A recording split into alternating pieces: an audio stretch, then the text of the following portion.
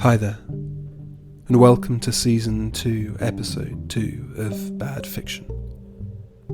I'm Ollie Francis, and I've another tale to tell you this evening. It's wet here where I am. I'm tucked away in the shed under a blanket, trying to stay dry. Thank you for joining me. If for some reason you'd rather read than listen, you can get a text version of this story by signing up at olliefrancis.co.uk, and you'll get a copy delivered straight to your inbox. If you enjoy this story, you can buy me a coffee at buymeacoffee.com/Ollie Francis, or you can become a regular supporter on Patreon, where supporters will soon be able to listen to a version of this podcast without this little bit at the start, where I beg for your support. If you're already getting tired of it, why not hop on over and sign up? It would give me that warm, fuzzy feeling to know you care. I'm also releasing more long-form fiction there, so you can get regular instalments of my novel Future Dead as a thank you. It's a story about love, fate, and the most boring sort of time travel I could think of, and one woman raging against the dying of the light. It's about what you might do if you knew your future was set in stone. Embrace it, or do all you could to strike your own path. You can take a look at patreon.com/Ollie Francis.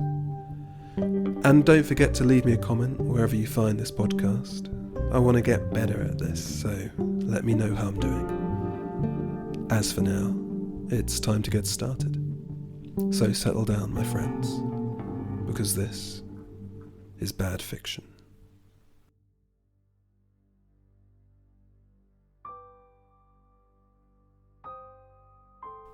Gravity. You come with your own gravity. Plates circle around you in the kitchen, bumping against the cabinets. Spoons tinkle against forks mid-air. The kettle tugs at its cord, still plugged in at the wall. When you walk through doorways, hinges creak, doors slam behind you, plaster cracks, bricks tremble, threatening to pull themselves from the mortar. And when you go outside, the world tilts. People stagger in the streets. Cars strain to pull away, stinking the air with the smell of hot clutch. Airplanes adjust to their angle of approach. Plumb lines sway, no longer plumb. Oceans lend you their tides. You don't notice, of course. For you, it's all background noise. Always has been. When you were young, your mother taught you that the things in your way were only put there so you could move them. She told you to lift with your hips, your thighs, and the places between them. Immovable objects could be shunted out of your way if you could only move the world. Haunted by her own glass ceilings, she taught you to bend them to your will, bulging through like a soap bubble, rising, stretching the unwritten rules until they broke, and all their tiny pieces fell into your orbit, a sea of shards impossible to cross unharmed. I'm so scared of you. I love you, of course. Don't doubt that.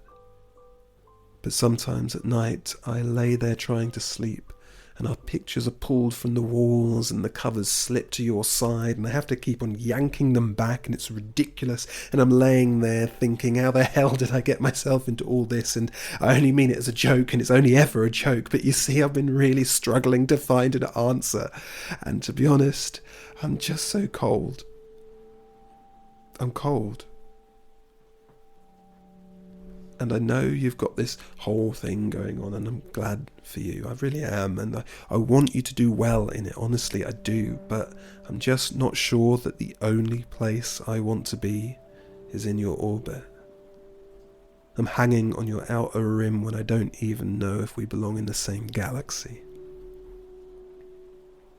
We go to parties, and nobody sees me. You meet my friends, and now they are your friends, smiling politely at me, tip of their head, before they get dragged back into the everything that is you. And my God, I just want to be warm again. I ask if we can go home, and you look at me like the world is ending. Maybe things could get better.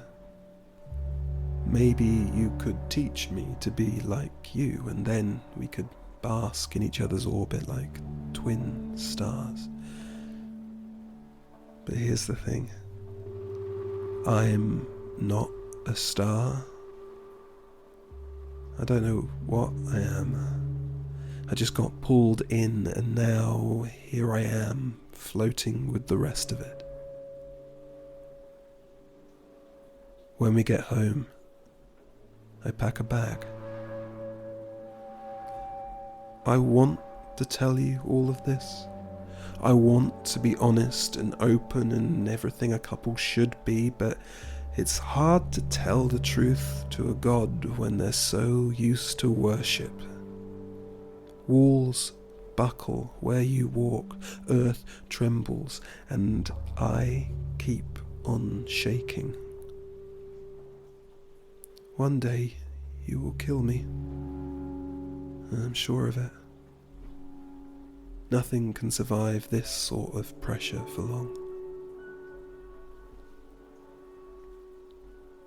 I wait until first light before I go downstairs. The kitchen is a wreck, as always.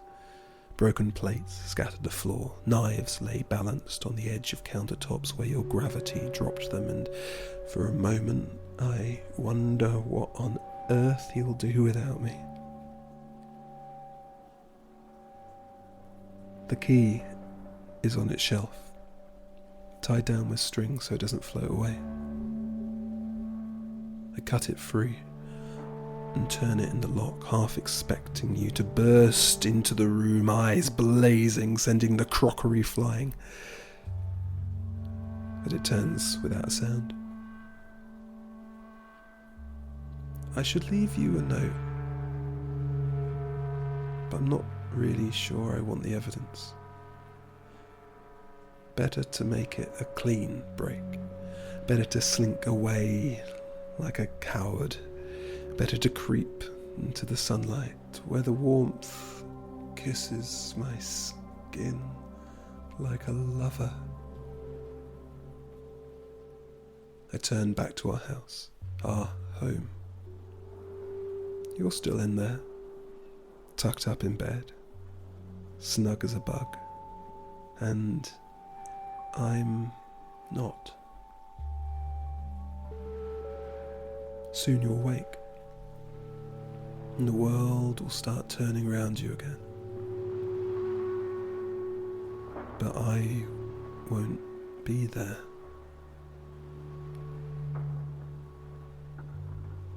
I wonder how you'll take it. You could tear down the whole street if you wanted.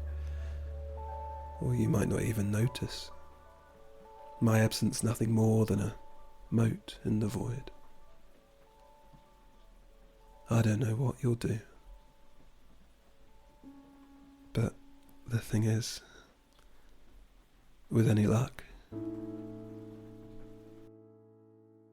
I never will.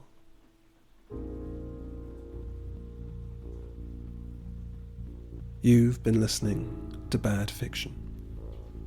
To find out more, visit olliefrancis.co.uk. And I'll see you next time, here, for more Bad Fiction.